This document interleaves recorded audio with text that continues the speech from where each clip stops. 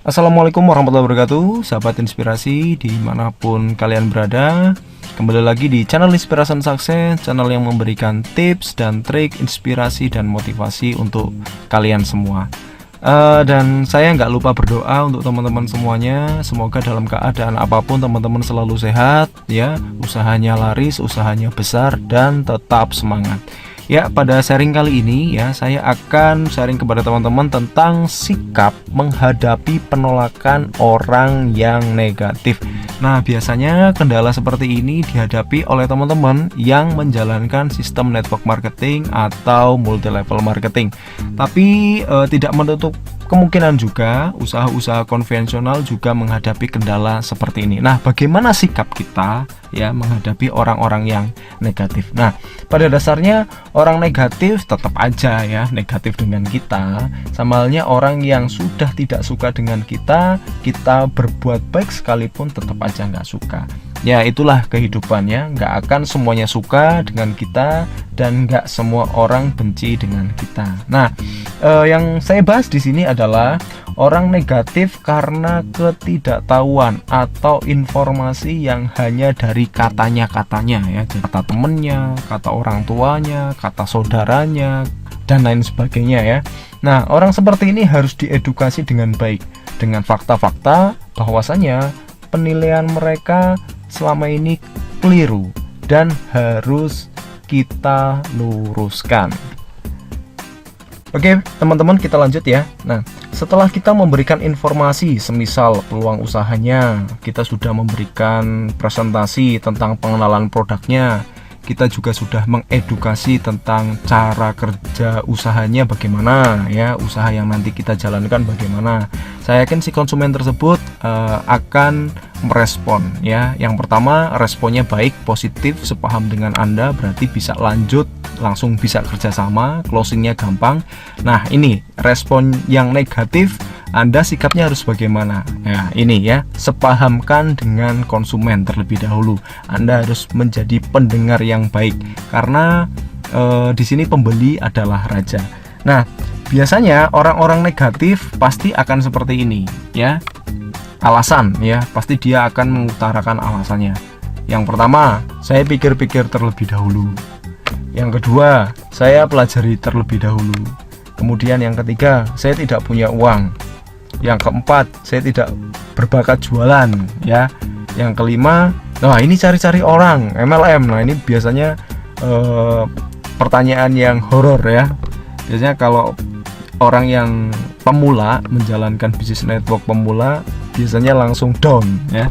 Kemudian yang keenam adalah, nah ini bisnis tipu-tipu ya. Nah, kita akan bahas ya, dan bagaimana cara menjawab orang-orang yang memiliki pikiran negatif atau dia menolak dengan kata-kata seperti ini ya. Oke, baik teman-teman ya. Sekarang kita akan ulas bagaimana caranya menjawab pertanyaan-pertanyaan yang negatif tadi ya. Kemudian kita menjawab, akhirnya orang tersebut menjadi positif dan sepaham dengan kita. Tentunya kita harus sepaham dulu dengan si konsumen kita ya. Misalkan dengan pertanyaan seperti ini, saya pikir-pikir dulu, kalimatnya seperti ini ya, kita harus samakan dulu dengan si konsumen tersebut. Betul sekali, semua harus dipikir terlebih dahulu dan jangan terburu-buru. Tetapi semakin kita memikirkan, Anda tidak akan mendapatkan hasil. Yang Anda dapat nanti adalah kesimpulan. Sedangkan kita butuh income, bukan kesimpulan. Maka dari itu segera putuskan, kemudian kita kerjasama supaya besok bisa dapatkan hasil. Nah, yang awalnya negatif ya kemudian jadi positif kembali dengan kita menyepahamkan terlebih dahulu, kemudian tujuannya sepaham dengan kita. Nah, pertanyaan yang kedua, betul sekali, saya sepaham dengan Anda. Untuk memulai sebuah usaha jangan langsung. Tetapi yang perlu digarisbawahi, tentunya sebuah bisnis memiliki sebuah resiko. Kalau kita terlalu fokus dengan resiko, kita tidak akan memulai sebuah usaha. Karena kalau kita sudah memulai, nanti kita akan mendapatkan hasil. Kalau hanya dipelajari saja, soalnya tidak masuk ujian. Ya, jadi di sini Anda cobalah ya bikin lelucon atau intermezzo supaya konsumen nyaman dengan Anda. Oke ya, dari dua contoh kalimat ini teman-teman sudah sedikit paham ya. Jadi kita sepahamkan dulu supaya nanti positif terhadap bisnis atau informasi yang kita berikan ke konsumen. Nah, di sini saya tidak punya uang atau modal. Bagaimana cara menjawabnya?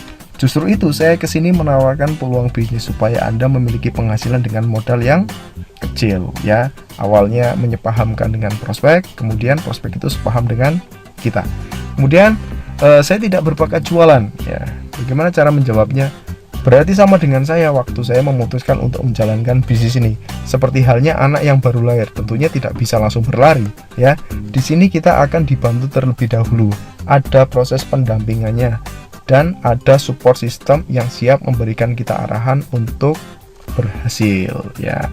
Oke ya, dari keempat contoh kalimat ini cara menjawabnya teman-teman saya yakin sudah paham dan sudah mengerti.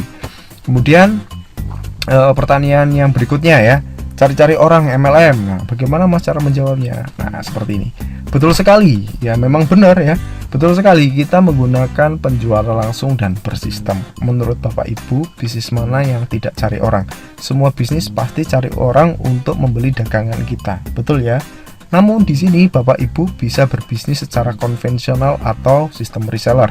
Artinya jualan sekali putus, hanya jual produknya saja bisa. Tapi kalau menggunakan sistem justru lebih cepat mendapatkan hasil. Nah, menurut Bapak atau Ibu lebih enak mana? Berbisnis dengan sistem atau tidak pakai sistem? Ya, oke ya. Jadi kembali positif lagi ya.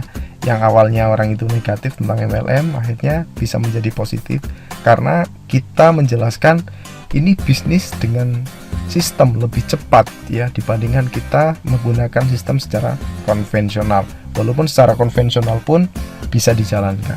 Nah, ini bisnis tipu-tipu dan sebagainya. Nah, Anda bisa jawab ya, sebelumnya Anda pernah ketipu dengan bisnis semacam ini, ya biarkan si prospek menceritakan dulu ya. Kemudian Anda baru menjawab apakah legalitasnya lengkap dengan peraturan pemerintah. Artinya ketika si konsumen sudah menceritakan semuanya tentang katanya, karena bisnis tipu-tipu kayak gini kan biasanya dari katanya, atau mungkin si konsumen tersebut juga sudah pernah menjalankan bisnis semacam itu tapi ternyata tidak ada legalitasnya dan lain sebagainya. Nah, yang Anda bawa mungkin sudah lengkap dengan legalitas, artinya nanti ketika Anda kerjasama dengan si konsumen tersebut sudah bisa aman dan nyaman. Nah, ada juga beberapa pertanyaan-pertanyaan yang banyak sekali ya yang dilontarkan, kemudian seolah-olah si prospek itu atau konsumen itu merasa lebih pintar dibandingkan kita, padahal kita yang lebih tahu tentang bisnis ini. Sebaiknya Anda jangan menjawab karena nanti ujung-ujungnya akan debat, karena visi Anda itu mengedukasi dengan benar ya, bukan melakukan debat kusir gitu loh, karena nggak ada namanya debat kusir, itu nggak ada komisinya ya. Lebih baik jangan dijawab, kemudian alihkan pembicaraan fokus pada presentasinya, artinya tentang keuntungannya, manfaatnya dan lain sebagainya ya. Oke, baik teman-teman ya, sekarang kita ke kesimpulan tentang apa yang sudah saya sharingkan kepada teman-teman. Bahwasanya hukum penawaran dan penjualan itu yang pertama adalah ada penerimaan dan ada penolakan. Apabila teman-teman menawarkan sesuatu kemudian ditolak, artinya bisnis Anda belum berakhir ya. Pasti nanti Anda akan menemui yang namanya penerimaan. Nah, di sini perlu saya garis bawahi bahwasanya bentuk penawaran yang disampaikan pada pembeli adalah sesuatu yang sangat penting ya. Jika penjual atau Anda tidak bisa mengemas penawaran dengan menarik, maka sulit baginya untuk membuat calon buyer tertarik untuk membeli produk Anda. Kemudian ingat, sukses jualan adalah kesuksesan kecil yang akan menghasilkan kesuksesan besar ya, itu poinnya. Kemudian yang kedua adalah fokus dengan orang yang menerima Anda. Jadi kalau ada penolakan, Anda nggak usah pikir terlalu rumit ya. Anda tidak perlu memikirkan sampai pusing-pusing kepala, tidak perlu. Intinya fokus kepada orang yang sevisi dan semisi dengan Anda, yang menerima aja. Kemudian yang ketiga adalah edukasi dengan cara yang benar. Ini meminimalkan komplain, ini meminimalkan terjadinya tidak closing ya. Kalau edukasinya benar, saya yakin closing Anda bagus. Kemudian untuk ke depan tidak ada yang komplain dengan Anda. Kemudian yang keempat, duplikasikan ya. Jadi sekian sharing dari saya, semoga bermanfaat untuk teman-teman dan salam sukses.